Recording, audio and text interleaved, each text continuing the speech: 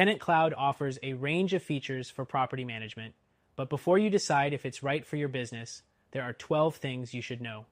Compared to other property management software, it's important to weigh these factors to ensure you're making the best choice for your needs. First, TenantCloud's pricing structure is based on the number of units you manage. While this may seem fair, it can become expensive as your portfolio grows, especially compared to competitors that offer unlimited units on certain plans. Next thing, TenantCloud offers a free tier, but its features are quite limited. You only get basic functions, such as tracking payments and maintenance requests. If you're looking for more advanced tools like financial reports, you'll need to upgrade to a paid plan. The third thing to consider is the user interface. While it's relatively easy to use, it's not the most intuitive on the market. Other property management platforms like Buildium and AppFolio offer more polished and streamlined user experiences, which can save you time in the long run. The fourth thing, TenantCloud does provide accounting features, including automated invoicing and reporting. However, they aren't as advanced as what some competitors offer, such as QuickBooks integration, which could be a deal breaker for those who need more robust accounting tools. Moving on to the fifth point, tenant and lease tracking is another important feature.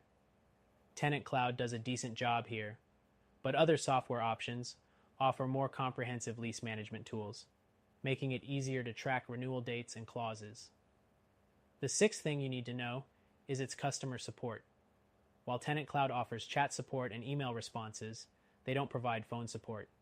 If you value quick, direct communication, you may find this lacking compared to competitors like Rentec Direct, who offer phone support. The seventh thing is the mobile app. While TenantCloud's app is functional, it doesn't have the same level of performance or features as competitors like Buildium, which offers a much more comprehensive app for both property managers and tenants. The eighth thing is the online payment system. TenantCloud provides online payments for tenants, but the payment processing fees can add up. For those who handle high volumes of transactions, this might be a concern compared to alternatives like AppFolio, which often offers better transaction fee structures. The ninth thing, TenantCloud allows for maintenance requests from tenants, which is a convenient feature. However, other platforms like Rentec Direct offer better workflow management for handling these requests, making it easier to track, assign, and complete jobs.